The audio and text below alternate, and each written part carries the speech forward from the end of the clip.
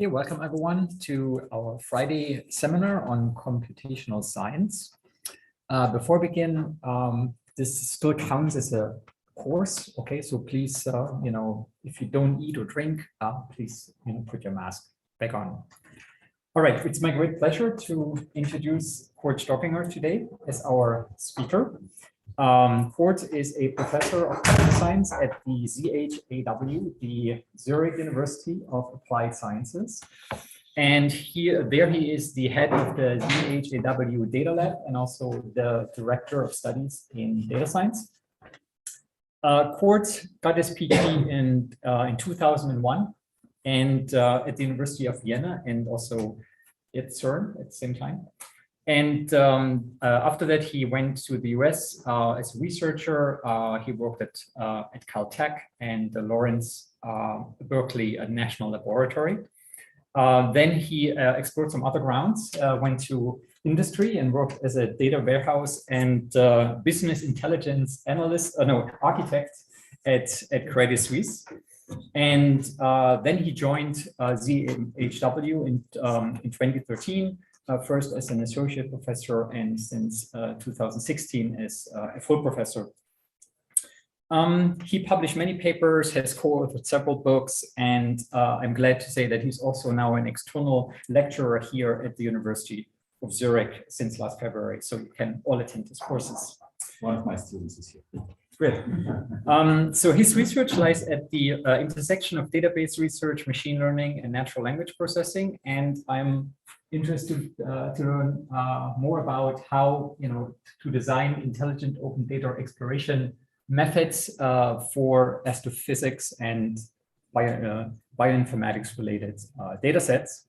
And with that, Kurt, the stage is yours.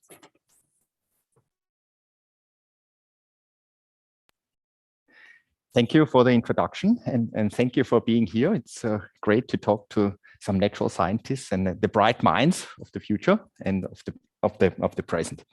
So what I will tell you today is an experience of how we have been building intelligent open data systems, both in industry and in research.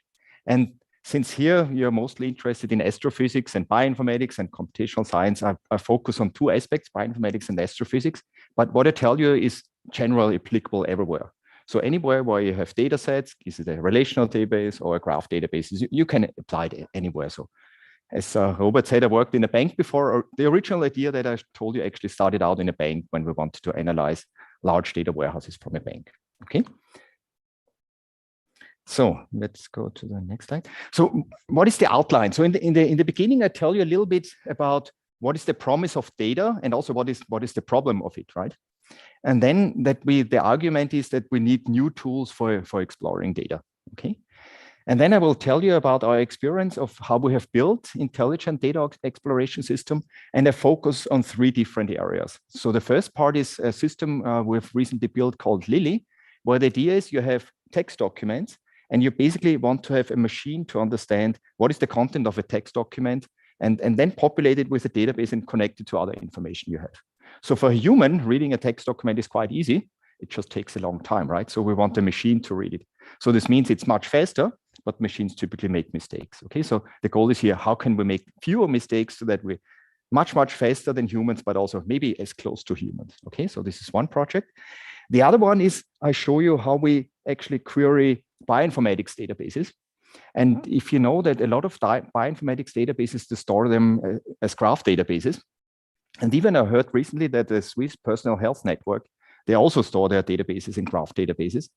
And querying them is actually non-trivial. Even for computer scientists, it's not trivial, and I show you how to do it. So that's why we want another interface to this database, like a human interface. Like everyone knows how to use Google, everyone knows how to use Siri and the other intelligence assistants. So we want to build something similar for database systems. And the interesting is in the first part, I tell you how we did it originally, where we don't use neural networks. And now everyone using neural networks. So I have to show you also afterwards how we can use neural networks to solve the same problem. It solves some problems, introduces some other problems. So I will show you where we are. And then at the very end, because in the end, I shouldn't just give the talk and you sit here and listen. I have a few interesting things where you could tap in. So I have a few open research questions and how maybe we can collaborate. I've prepared it in a way that you can tap in quite nicely so that you get something out of the talk and not just, yeah, this is interesting and then you forget about it, but that maybe it should set the path for fruitful collaboration in the future. So I take a little sip and then we start. So what is the actual problem? As you know, I've seen some of you are astrophysicists. So in astrophysics, there's a lot of data. And as Robert said in the past, I used to work at CERN where we also produced lots and lots of data. So the Large Hadron Collider and high energy physics produces lots of data. Astrophysics is also interesting because it's also an interesting data source. So it's not only interesting to study, the start of the universe and how stars form it. So this is an interesting question for the physicists, but it's also interesting for computer scientists because it's a real challenging problem to do this efficiently. Okay. So then also biology, this is also always considered as one of the large data fields in terms of sciences.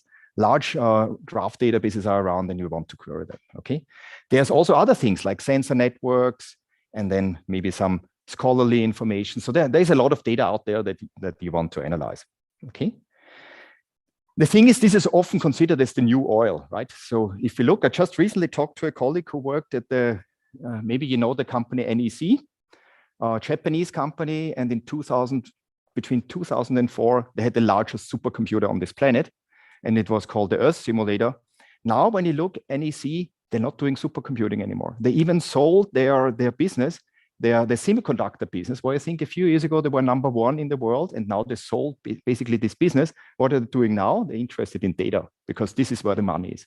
And this is where not only the money, but also where the show is, if you will. So if you know how to deal with data, that's why there's Google, there's Meta, and all these big internet companies, they all deal with data. Okay.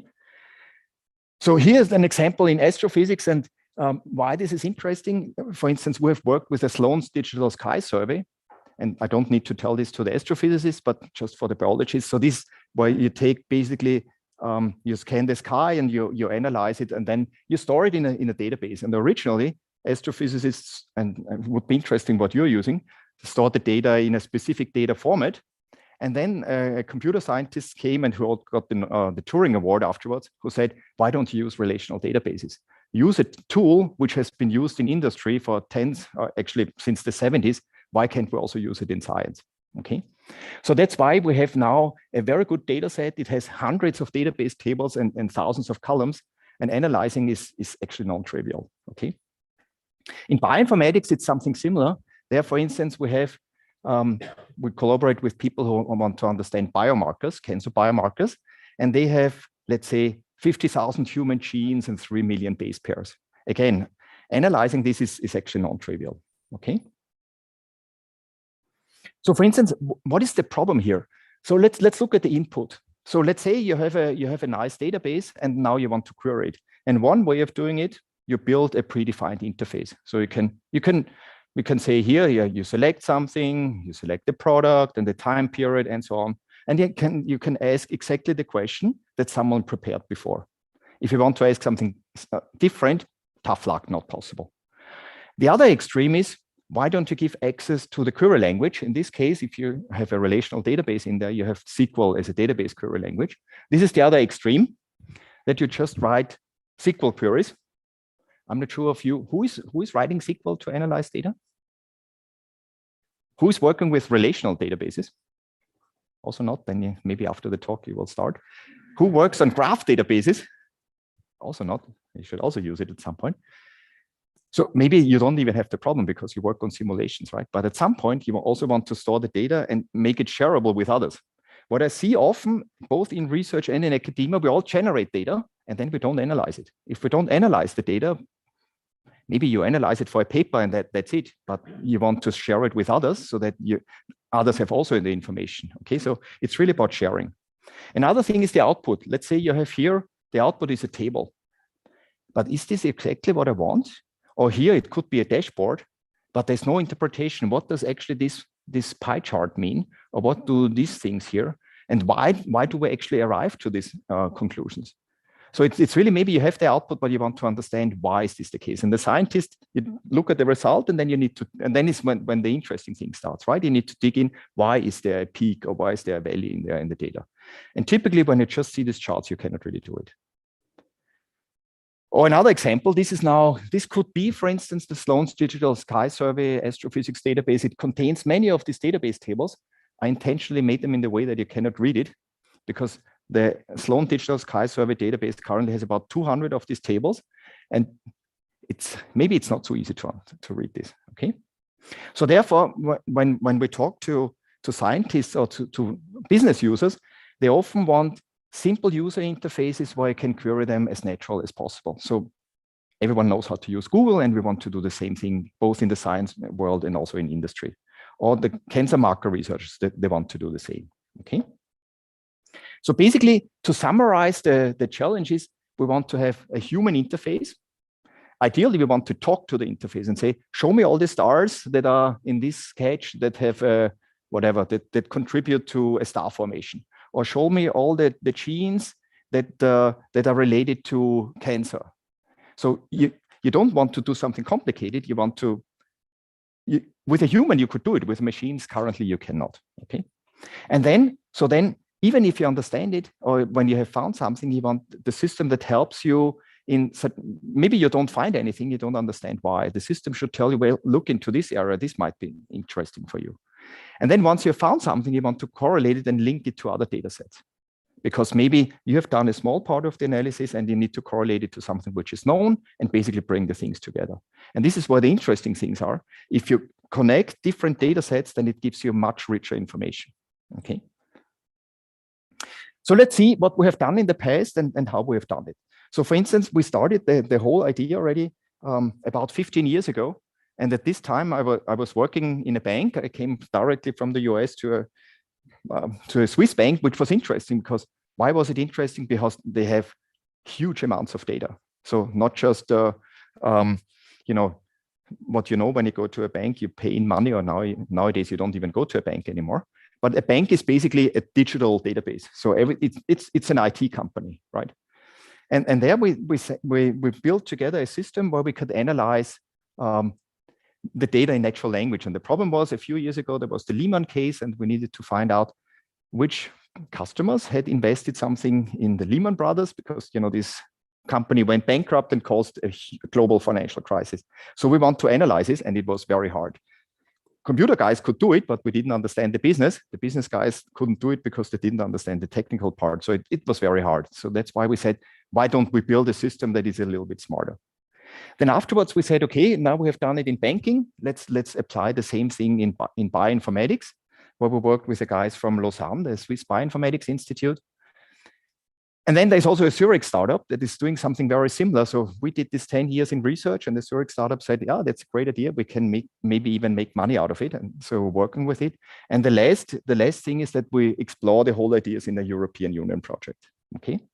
And this is the iNode project. And this is, you see, of the consortium here, maybe, for instance, here's the Max Planck Institute. So these are the guys that got 2 years ago the Nobel Prize even in astrophysics. So it was nice to work with them. We're still working with them. So they are basically our use case providers. Okay, so and the idea is really to have all kinds of data. It can be documents, it can be structured data, it can be unstructured, that we all query it in kind of like we are human, so talking to a data like to human, and that the system helps us in exploring it. Okay. So let's see how this actually works. Okay, and we have software, we have code, we have papers, so you can read how it works. You can download the code and even experiment with it. So our approach is typically, we not just produce papers. Papers is important. I like doing papers, but we also build systems. So we want to do both. And for the young guys, what's important, if you do papers and systems, it typically takes a little bit longer, because you need to build a code which works. You need to understand the domain. It takes a little bit longer, but once you have it, so be patient. It's not, but once you have it, it's much more encouraging, and it's also more rewarding, and you will also have more impact. Because if you have a system that others use, that cite and so on, it's quite interesting. Okay, so what is the problem that first we want to solve is that we say we have all kinds of text documents, and can we read it with a machine and understand it in the machine and get information out of it? Okay. And as I said, a human can do this quite easily, but humans are slow, and they get tired. How many papers can you read a day? 1, 2, 3? Maybe if it's a lot of formulas, maybe 1, 2. A machine can read 1,000, but we need to understand that the machine makes mistakes. Here's a specific example. So this is really what we have used from in this project together with our colleagues from Bioinformatics in Lausanne. And this is, who of you is a bioinformatician here? No one? So then I have no problem in telling you something. Since I'm not a bioinformatician, I'm a computer scientist, so it doesn't matter if I tell something which is not so correct. Okay, so what do we see here? So this is a document about epidermal growth factor as a potential therapeutic therapy for triple negative breast cancer. So basically, a document says something about breast cancer and maybe about some genes, and and there's maybe some genes that cause cancer or the other way around. Okay, so now what is the important thing in there? And this is what is colored here. So for instance, green is epidermal growth factor receptor. So this is maybe some kind of gene. It's overexpressed in T and BC. This is triple negative breast cancer. Okay, a gene is overexpressed somewhere. Then what else is in there? This EGFR is measured in some enzymes, right? Or here again, EGFR is overexpressed in something about cancer. So you see the green parts is what we call the subjects. The red parts is what the predicates, these are the verbs. And the yellow parts are the objects. And you can think the whole world, you can structure the whole world in subject, predicate, object. A subject, who is doing something, a predicate, what are they doing, and the object, what exactly are they doing, right? So a person goes to university. Subject, the person goes to university. Next thing, which university, right? So this is now, we need to train a machine learning model to understand what are the important subjects, what are the predicates and the objects, and then we can build a graph database, okay? And once you have the graph database, someone can analyze it, okay? So the challenge is here how to identify the green parts, the subjects, the red parts, the verbs, and the objects. What do you think is the most complicated part here to identify? The green, the red, or the yellow? The subjects, the predicate, or the objects? What do you think? Yep. Objects. Why do you think the objects? They can be very diverse. They could be diverse, but it could also be, let's say this is, assume now this is, are you an astrophysicist or a physicist? No? What are you? Computational biology. Okay, but then it's biology, right? So you have biology terms which you can look up, right? So I would say, I would argue the objects, because I would not talk, if I talk about a supernova explosion, you would not be interested, right? But if I talk about maybe a gene, you might be interested. So the objects, maybe this is not the hard ones. What could be, yeah?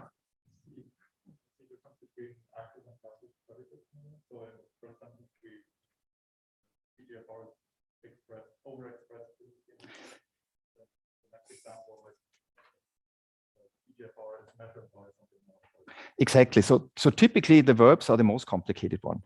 The subject and the objects, typically this is, if you understand your domain, you have maybe a dictionary where you have all this, but the verbs, the predicates, these are very difficult. It could be, it is overexpressed. It could be, it is not overexpressed. It shows a significant usage. All these are very complicated things. And for a human, it's easy. For a machine, it's very difficult to understand. It could be a sentence. You could use at some point maybe a not so common verb. And so these are the difficult things, okay?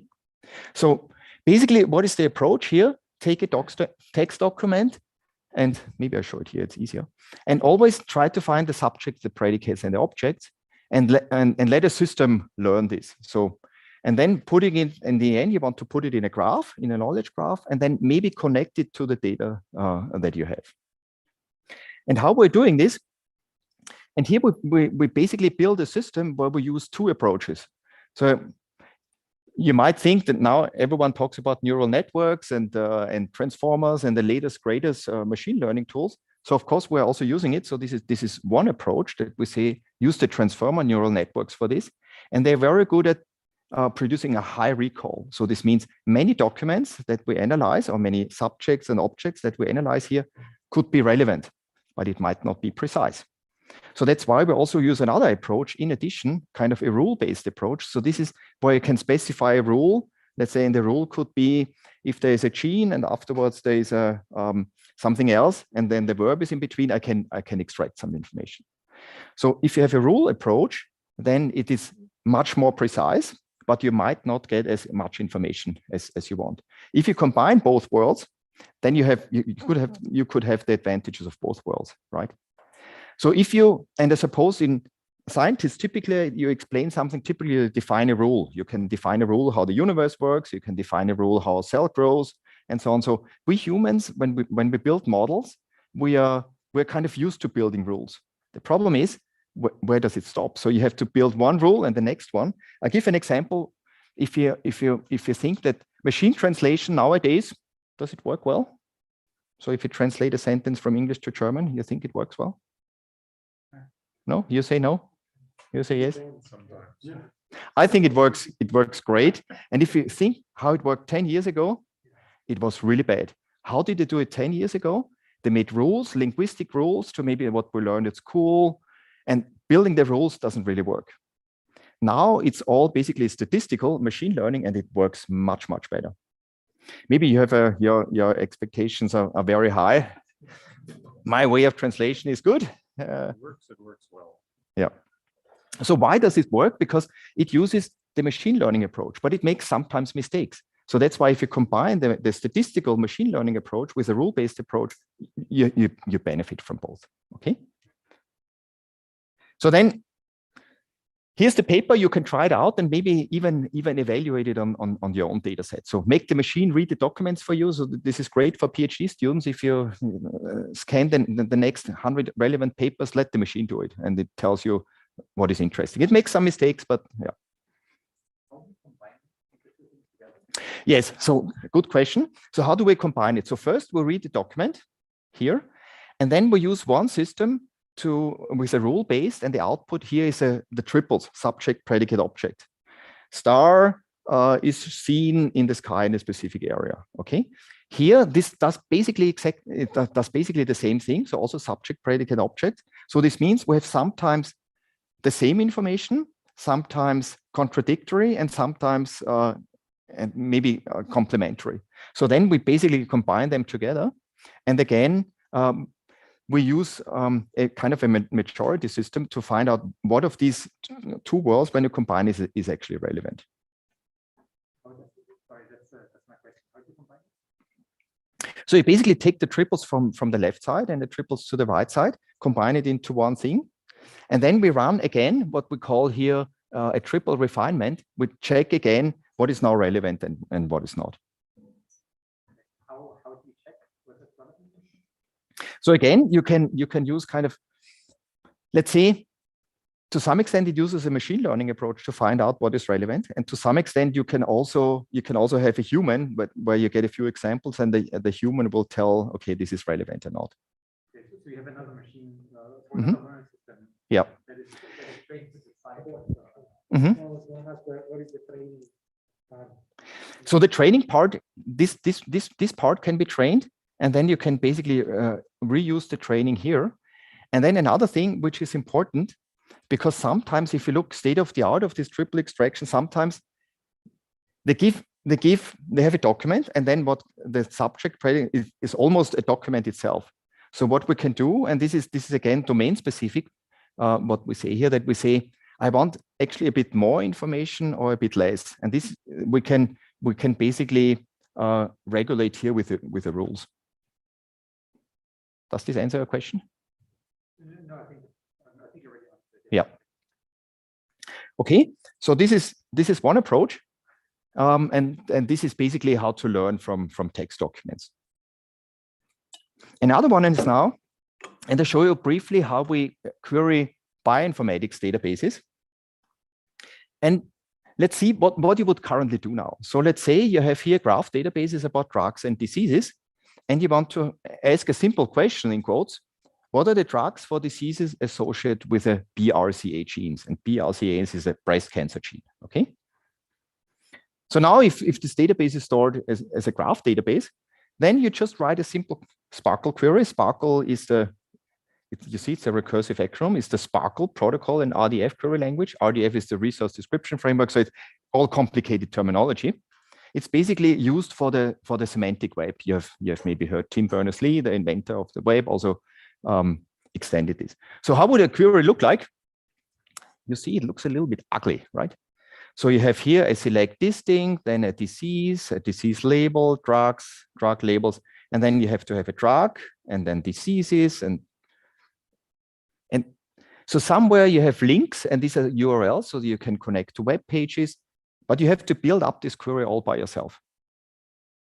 And I'm not sure how many medical doctors would be able to do this. Now you are all scientists, and you're the smartest people that the university has in terms of sciences. And I suppose you could do it, but would you want to do this?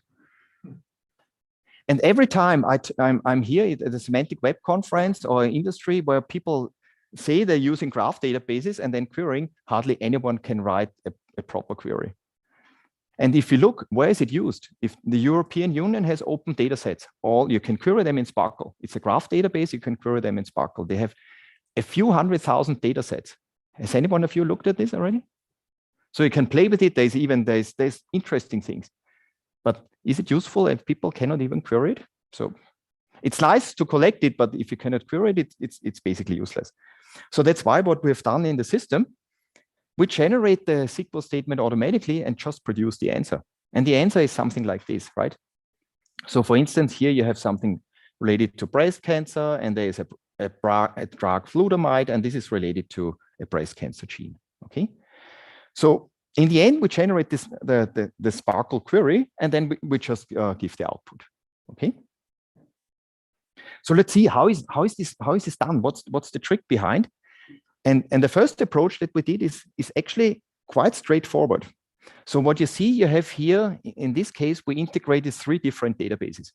And there is one database about gene expression. This is a BG database from Lausanne, from Swiss Institute of Bioinformatics in Lausanne. And there they have information about genes and in which anatomical entity they are expressed. An anatomical entity is a kind of a fancy word for, let's say, a gene is expressed in the lung. So a lung is an anatomical entity, okay? Or a gene cannot be expressed in the lung, because if a gene can be turned on or it can be turned off. And depending on whether it's turned on or turned off, it has a different function. And this is exactly what should be studied here. Then we have drugs, and it's from another database, the DCSum database, and a drug can be a possible target for a disease. So you use ibuprofen if you have headache, for instance, or a disease could be treated by a drug, okay? And then you have a third database, and it's called CIDR. It is about side effects about diseases. So you see there is a drug, and the side effect when you use the drug, maybe it cures your headache, but then you have stomachache, okay? And then what you see here, drug appears in 2 different databases. One's in the databases about diseases and one in the database about side effects, okay? So in the end, you can connect it as a graph, and you want to query across different data sets. Because if you only had one database, disease, what is the drug about the diseases, you also want to know about the side effects. So you need to link it up with another database, okay? So now let's see, how do we actually solve the problem? And the problem is that we use a little trick that also the search engine for the internet do. So basically what we say, we build an inverted index over all the documents. An inverted index just says, for instance, the gene XYZ is stored in document X in the location Y. So this is exactly how Google is doing it. Why, if you ask for restaurants in Zurich, why Google gives you an answer like this? Because it has a similar index. So we basically look a little bit what is Google doing, but they were not the first ones. This has existed before. So it's all based on computer science research before. And then basically, we want to see what questions do we ask and what do we have in the database? And then we find the matches. So in principle, we turn this into a pattern matching problem. So you have a graph and you have a query, and you find the query that you have a pattern in the graph database, okay? So here's a specific example of how such an inverted index looks like. So for instance, stroke, when you fall and you have a stroke, then there is a URI. So in this graph databases, everything is a URI or a URL. So it's a database accessible via the internet. So this is the URI, for instance, or the internet location, if you will. Then it says there's a class which is called side effects. It has a property, a side effect name, and then it has a page rank. So what we do, we store the relevance of each of these entries in our databases. So again, page rank, you might have heard, Google is using it as well. We're using a slight different approach. So again, you can use the search engine approach to solving this problem here. Or a drug is in a drug bank and it's a class and so on, okay? So how are we actually doing it now? So let's say we have here this natural language question. What are the drugs for diseases associated with breast cancer genes, okay? So then we go through each of the words and we see what do we know about them? And then we see what are we don't care about it, this is irrelevant, but we care about drugs, okay? And drugs could have two different meanings. Drugs could be in one database, in the CIDR database, or it could be in the other one, where we said one is about diseases and the other one is side effects. And then we have here a score, which says how relevant is it? Okay, so we have two scores. We don't really know yet which one to choose. Disease, in this case, it could also be stored in different databases. You need to find out which one is the correct term, right? So typical example, you look for Zurich, and Zurich could be the city of Zurich, the canton of Zurich, the financial services institute. So Zurich has at least three meanings, okay?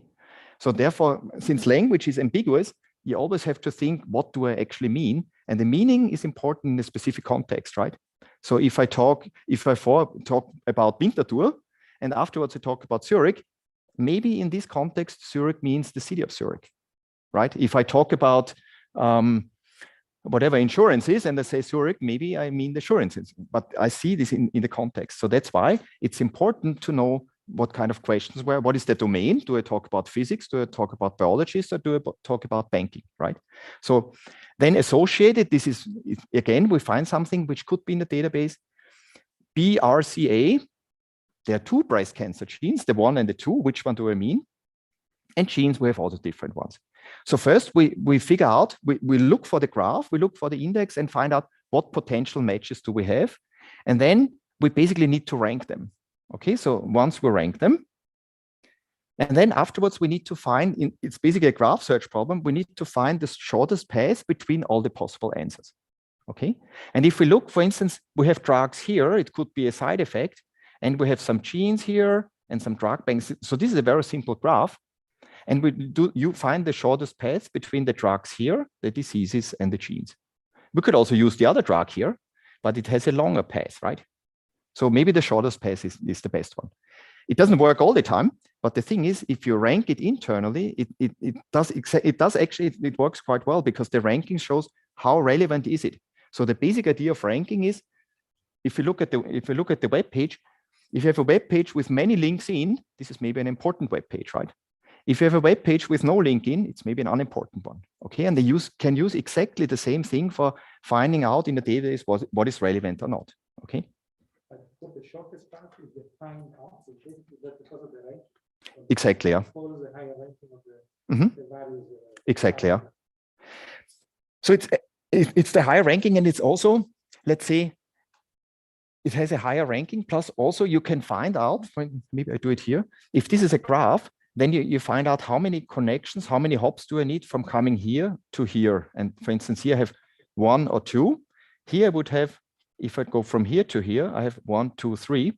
So one thing is the path, really the number of hops or the length in the graph, but also the ranking. In addition, the ranking, it could be, and that's the whole thing. What was done previously, people always use the shortest path, but sometimes. Exactly. Sometimes the longer path could be, but it's maybe less relevant. So if you combine both, then you have a better chance of finding the right solution. And then you generate this ugly Sparkle query that no one really cares about, maybe a few computer guys, and then you get the result. Okay. So what we see here is completely deterministic. There's no magic. There's no machine learning involved. It's just everything pure graph search, pattern finding, and I can explain every little result, how it comes up with. So that's a nice approach, yeah? But you do have essentially hyperparameters here. For instance, how you prioritize, how you weigh the ranking, the connected stuff, so you can put machine learning. Exactly. Yeah. Exactly. So you have the ranking. Yeah. I think you just hit it. Yeah.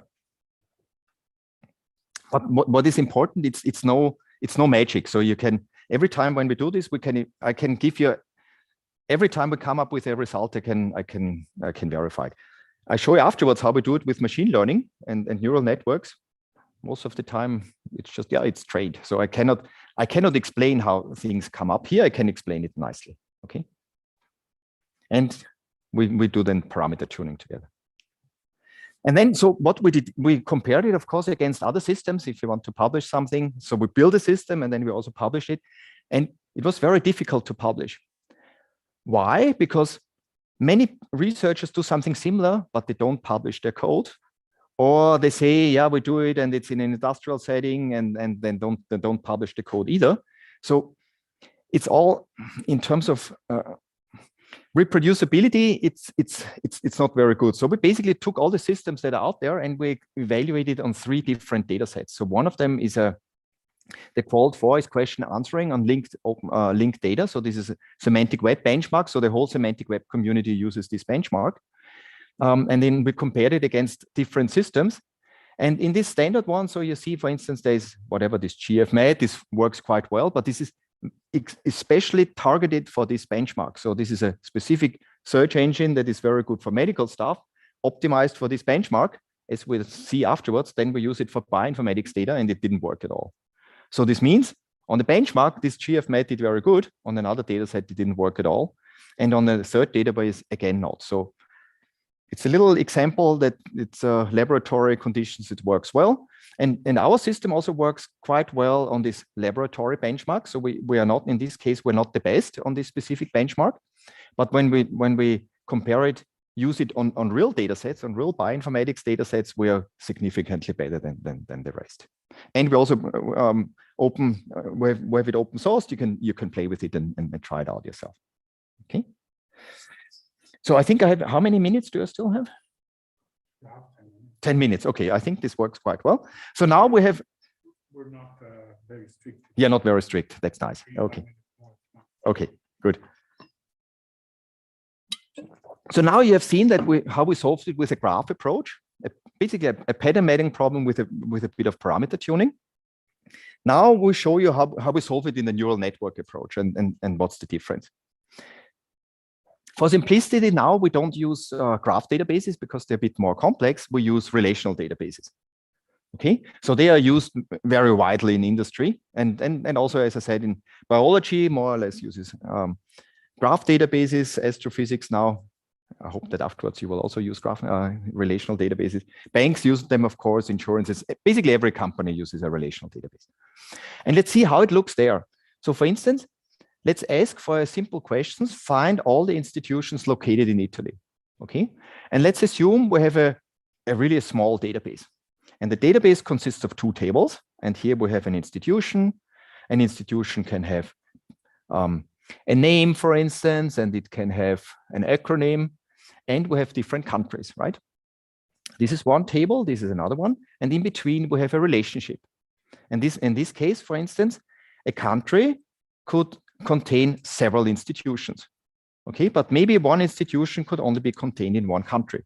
Some institutions, let's say the Max Planck Institute, is maybe even in different countries. There's typically something in Germany. There's now also something in Austria, for instance. But the University of Zurich is only located in one country, I suppose. Or is there something external already? Not yet. So this is a very simple database. And if you query this, for instance, if you want to find all the institutions located in Italy, you need to write a SQL query. Okay. And in the SQL query, you need to find out what are my tables. So from is always a table, so an institution and the countries table. And then I need to join them together. In order to find out how to join, I need to know the join predicate. Who of you knows SQL? Okay, so is this the right, how do I know what is the right join predicate between the 2 tables? What is the join predicate between institutions and countries? Good question. So you could figure it out. So you need to look into, it's good that you don't answer it, because otherwise it would be too, my point would not be.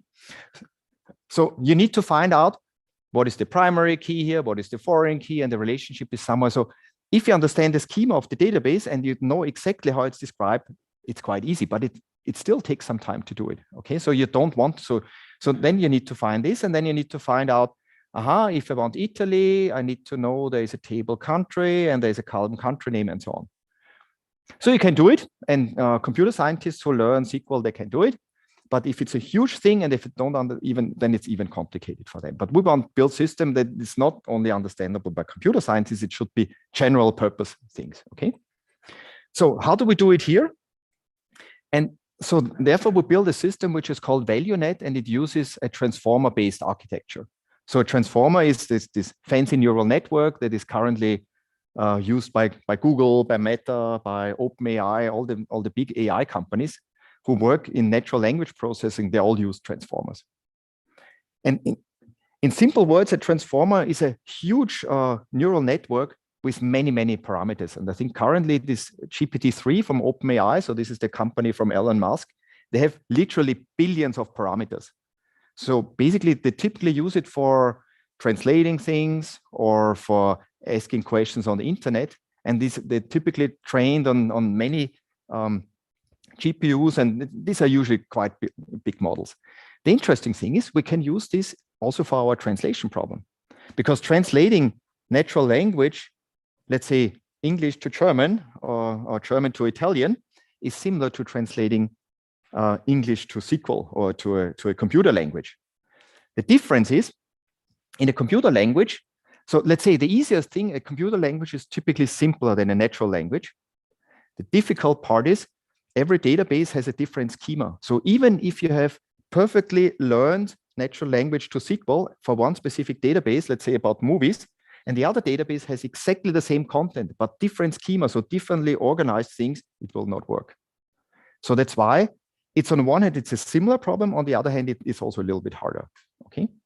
So that's why how we're doing this. We have here a question. Then we have the database schema. So the database schema is the structure. I have table 8. I have these tables, the attributes, and the connection in between them. And then we have the database content. So the actual values, right? So the name of the institutions and the name of the people and so on. And then we use an encoder-decoder architecture, which is commonly used in these neural networks. Then what we do, we translate the result not directly into SQL, but into an intermediate form, which is a bit easier to understand. And then we do a bit of post-processing, and then we execute the results. Okay. Let's give you a little bit the intuition of how it works. Understanding transformers in detail, I think it's still daunting. I'm always surprised what tricks they're using, and it's not quite easy. But the basic intuition is actually quite straightforward. Okay, so that you say, this is our original sentence, find all institutions located in Italy. Okay, so then what you encode basically all these natural language questions as a vector. So basically everything becomes a number. With numbers, we can work quite well. And in the end, everything is in the end a big matrix, and we work on matrices. So you encode this one by one.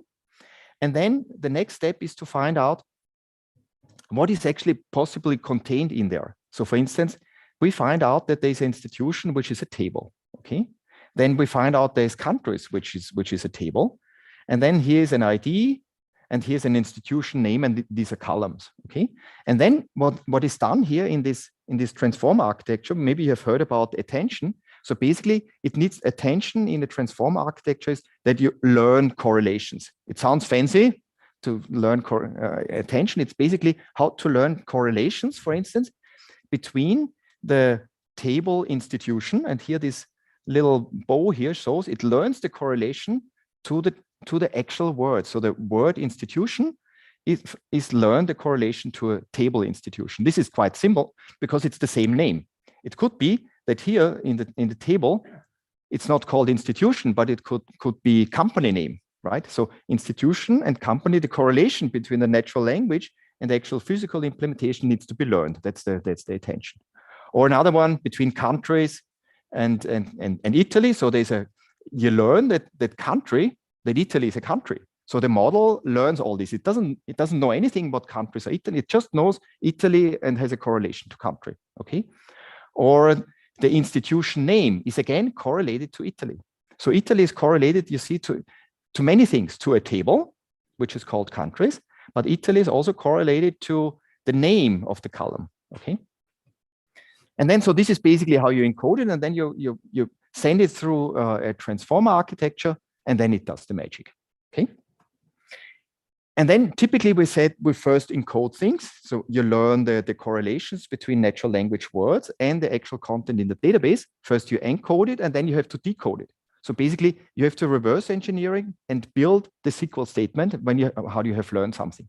And this is done with rules. So we combine basically a statistical approach with rules. And therefore we have built a grammar, and the grammar says, how can we build up a SQL statement? So a natural language question. And typically it has a root, and then it says, here I select one column, and then I need a filter. So, and so on. Let's see how this actually works. So I start with a root. So we cannot do any combinations, but the output has to follow a specific grammar. And then we go through the grammar. The grammar is deterministic. So and then you follow the grammar and basically take what we have learned and stitch it together according to the grammar that we have. Okay. So for instance, here we say, we start with a root, we select one column, and then we say A, this is an aggregation. We don't have an aggregation, but we only have a table. So take a table. So build the SQL statement, one is a table. And then we also need a column from this table, the institution name, for instance.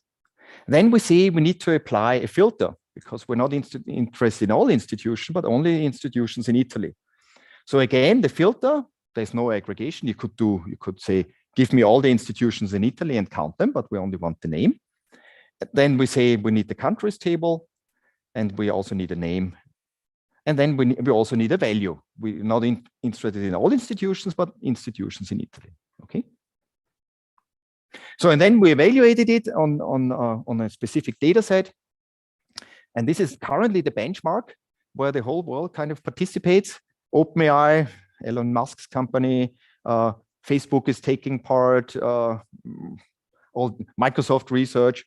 And so what they have done is a few students have basically collected 200 different databases worldwide and produced 10,000 natural language question SQL pairs. So these poor 10 students built 10,000 SQL queries. They did it among 10 people. So everyone built 1,000 queries, natural language, and building this, I think this is a heroic challenge.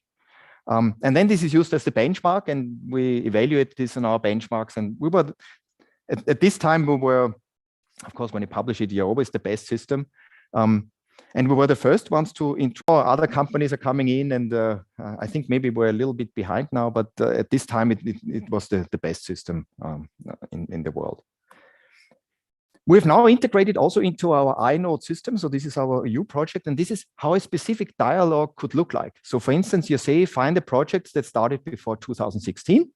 In the background, it generates a SQL statement, executes the queries, and then you have also a graphical interpretation. So in this case, for instance, we have the distribution of the project money, for instance, or some specific information. So you basically, you see the result. Plus, what is also done, when you do the translation, sometimes you have different answers. And one could be a correct one or a bad one. So then what we do, we translate the SQL statement that we generate, that the system has understood, we translate it back into natural language. Okay, so for instance here, I originally asked the question, find projects that started before 2016. We generated SQL, and this is what the system understood. Find everything about projects whose start year is less than 2016. It's quite close, right? It's not exactly the same. It's quite close. But in the end, the generated SQL statement is correct. Okay. I'll give another example. This is now we use Astrophysics. And here we say photo objects where the right array is the right ascension is less than 100, and the declination, so a specific location in the sky, is greater than 100. Let's see what happens now. One answer that we have, find everything about photometric objects whose DAG error is less than 100. almost, right? I asked for declination and it understood declination as declination error. So in principle, it's correct because dec error, for instance, here's also dec in there, but it does a substring matching. So it finds something in there. So this result is maybe not the correct result. I can then inspect it. I can see here you have the different color bands of the measurement. So a green color band and a red color band, and you also see the distributions. So I asked a very simple question, then you can get already information about the results. So I have distributions, and maybe this might be useful for a physicist. On the other hand, here another example. Find everything about spectroscopic objects and everything about the involved photometric object. It's a little bit more different to the original question, okay? So this means, again, the system might not even understand it, but now I can play with it. I can click here, I can refine my query, and by doing this, I help the system to learn it. And I'm not stuck with this is the result, but I see, okay, I can even inspect, if I click, I could even inspect how the SQL statement looks like. I can refine it. And then if I'm an analyst, I don't need to know anything about all these strange, crazy computer languages. I can just play and interact with the data.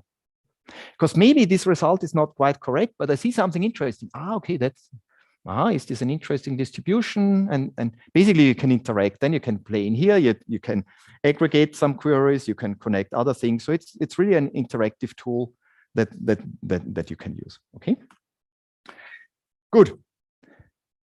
Now this is all what we've done, or part of it. And now I briefly discuss what are the challenges and how we could actually do something together. Okay, so that it might be relevant for you.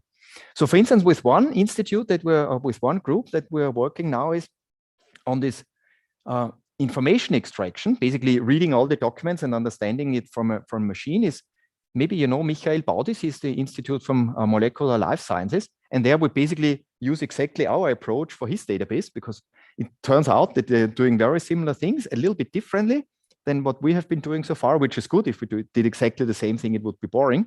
So there's a very good potential of actually also using the approach for his for the databases developed in his group. Another one could be, I suppose you all read physics papers, right? So you could all say, use this tool, scan the next, whatever, 100 physics papers for some specific things and see whether they are relevant for you. You could maybe use it for astrophysics, cosmology. I looked at Dirk, you're doing remote sensing, right? And I saw that you're doing image analysis. I suppose you also have documents with it. So you could also say, there's a remote sensing of an image, but maybe there's a text that describes what you see in the image. So then you maybe want to combine the text and the image, and then you can even do more things. So kind of a multimodal image analysis and text analysis. Maybe something which could be interesting. Okay. Another thing is, if you do machine learning, especially if you do supervised machine learning, like with neural networks, they're only as good as you have training data. And maybe you've seen that translation works already quite well, image classification works quite well. Some things don't work well at all because there's hardly any training data around. And I told you before, there were some 10 students who generated 10,000 training pairs. I don't think any one of you wants to write 10,000 queries. So that's why we need an approach of generating the training data automatically. And that's a big challenge. So we use a machine learning approach to generate training data, and we use this training data to train a machine learning approach. So this means you introduce quite a few errors. And therefore, we need a smart way of doing this. And this is what we're currently working on. How can we generate a good corpus of training data sets for specific domains? Okay, and here's a specific example in bioinformatics. For instance, show all the gene symbols in different expression. This is the natural language question. And then this is here, the SQL statement. Here's a bit more of a complicated one. Show me the name of anatomical entities. And then you have a SQL statement here. So what we're currently doing is we take some seed questions. So maybe humans write 100 of these ones, and possibly humans that are in a specific domain. So a bioinformatician in this case writes queries that are relevant. Then we take the SQL statements and we rearrange them. So changing the tables, adding another aggregator, and so on. So basically, instead of 100 seed queries in the beginning, we have 1,000 or 10,000, okay? And then basically we build this up ourselves. So this means it's a combination of artificial intelligence and human intelligence, and how to do is manually. I think this is currently the holy grail in machine learning, when you don't have the labels or when you don't have the training data, okay? So this is something which is a very, very challenging thing. Another thing in astrophysics, look at this question, for instance. Find the spectroscopic objects whose spectroscopic subclasses is starburst and class galaxy. So then a SQL query would be, you select the table spec op, and then you say a subclass is starburst and the class is galaxy. Here, this would be very difficult for a machine to learn, because how do I know that, okay, maybe here starburst is actually in there. Here, another one about the right ascension and declination. This is a little bit of a more complex query. What is interesting, when you build these things, you need domain experts. So here we have some colleagues from Max Planck Institute that help us, because we computer scientists, we could generate any SQL statement. We take the table, randomly shuffle them, and produce any SQL statement. Is it meaningful? Maybe not. So that's why you need a combination. And what could be interesting, and I had this idea when I came by tram this morning, when I was thinking of what is useful here. This could be actually very nicely used for students also. So it's not only in terms of research that researchers can analyze things more easily, but if you give the students a relational database and they play with them, and then they can analyze things, on the one hand, they understand the physics, on the other hand, they learn SQL. And basically then you could learn two things at the same time. Because this is also what we're using. Even though I love SQL, sometimes it's not so clear what to do. So I start with a natural language question. The system gives me an answer, 3 minutes. And then I can understand the SQL. I understand the database, because sometimes I think this information is in the database, but it might not even be in there. So it's a good way also for training and understanding what data you actually have. Okay, so I will not use 3 minutes. I will only use 1, and then I wrap up. So I've told you quite a few things, different things. So basically the whole idea is that we say, how can we make access to data a bit more efficient? And how to, when I was in the US at Berkeley Lab, we're computer scientists. We were not pure scientists, but we were enablers of science. How can we use computer technology and enable scientists to make faster discovery easier? And there you basically need to build all these tools in the background. It's fun. It's fun to do it, to work interdisciplinary. It's hard. I still need to learn quite a bit of astrophysics and bioinformatics to actually talk the same language.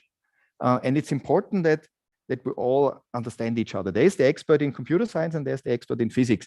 The computer science will never understand the physics, and maybe the other way are a little bit around. The physicists are the smartest, of course, but it's important to work together and to solve problems. And I think then we can have real impact. And that's why I think here in the Faculty of Science, we could do something cool stuff. You can read all this. There's a link to the iNode project, and there's a summary paper basically of what we're doing there. And that's it. And I will be quiet now, and we can ask questions, or you can ask questions.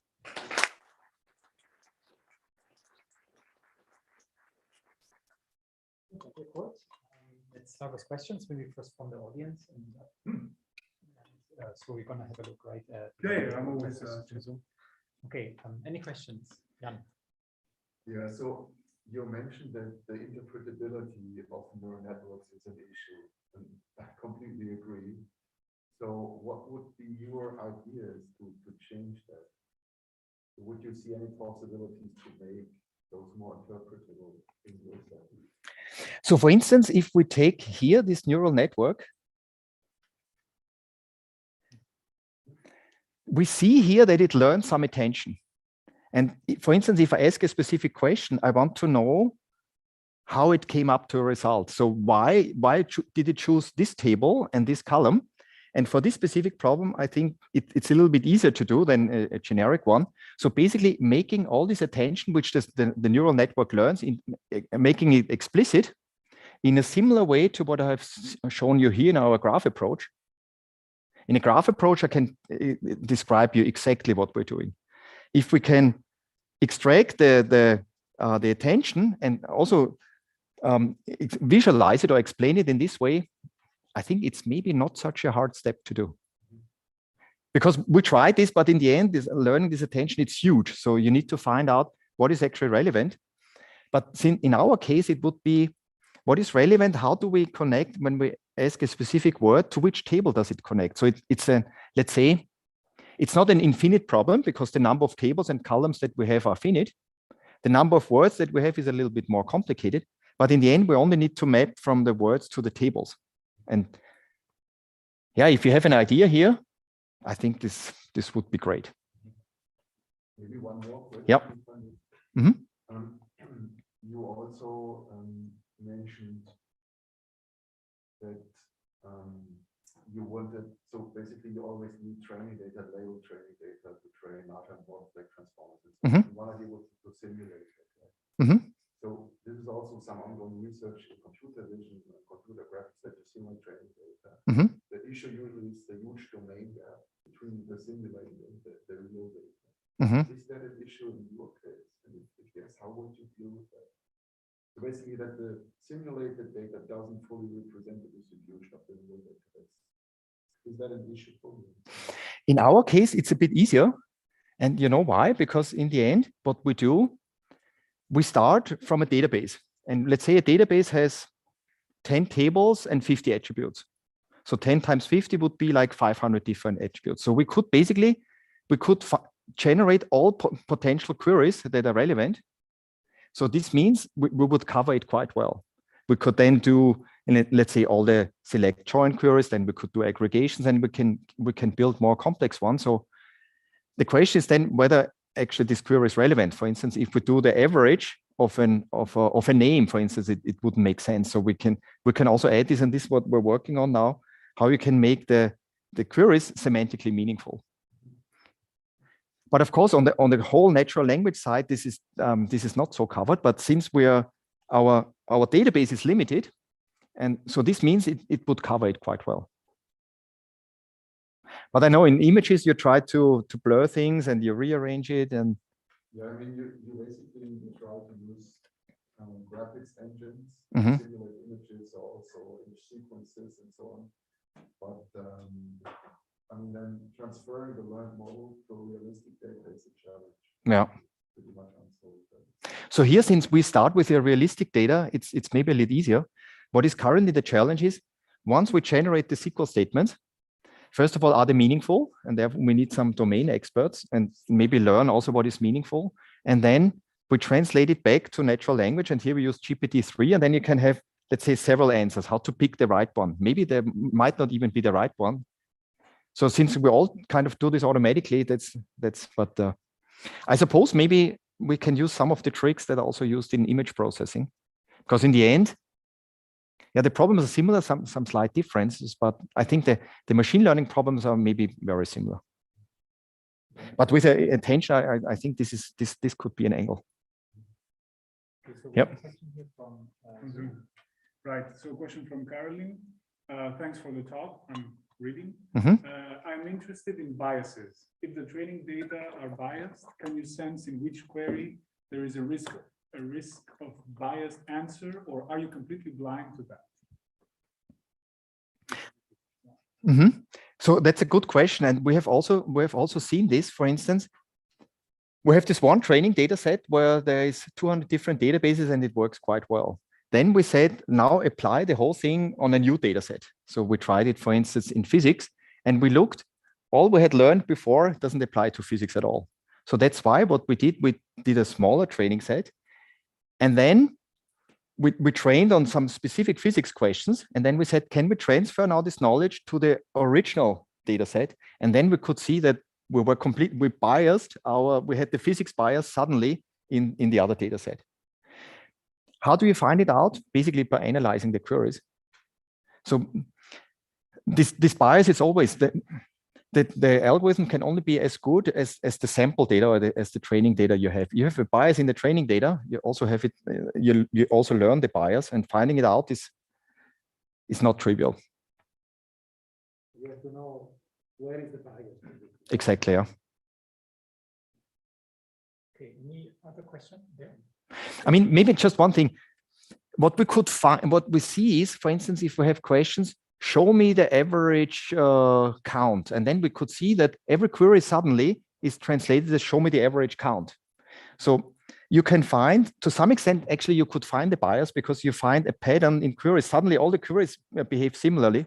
And if you see this, that all behave similarly, I think that's a good indication for a bias.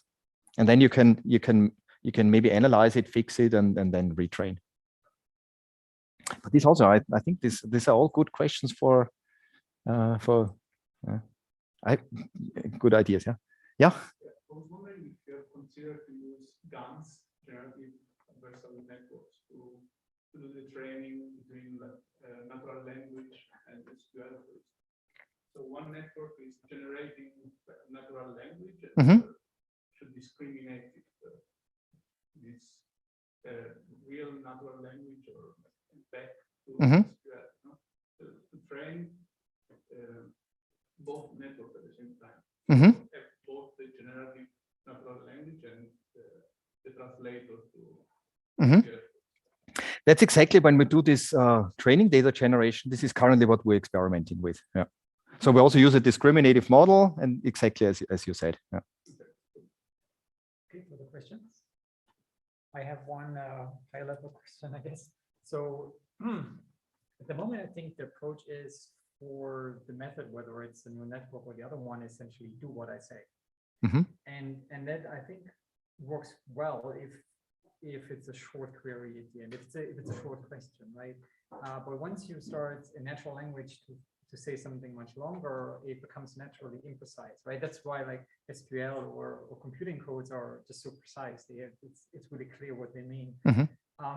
So do you think in the future you would be interested in training a neural network to more do what I mean instead of do what I say? It's more like a semantic network. Yes. It's also a good question. So for instance, what we're currently doing, this is our colleagues in Greece. So when we ask a question, they try to recommend a similar one. This would essentially address your question. And there we are kind of evaluating how well this works. Currently, the approach is actually quite simple, not in the sense that what you ask, but let's say if I look for, find all the stars in this region, okay? And then it figures out, actually, I don't have many stars in this region. Then it tries to find correlations with some other attributes and finds in another region there are more interesting stars. Then it recommends actually give a similar query, but with changing of the input parameters to show you some more interesting results. And this is where we're looking at interestingness in the data. Okay. We're evaluating. We have parts of it already, but yeah, not there yet. So, but okay, thanks. Any more questions for Kurt? Otherwise, Kurt, you're going to stick around, right? Yeah. Okay. So, okay. Thank you very much for it. Thanks. Great. Thank you, everybody.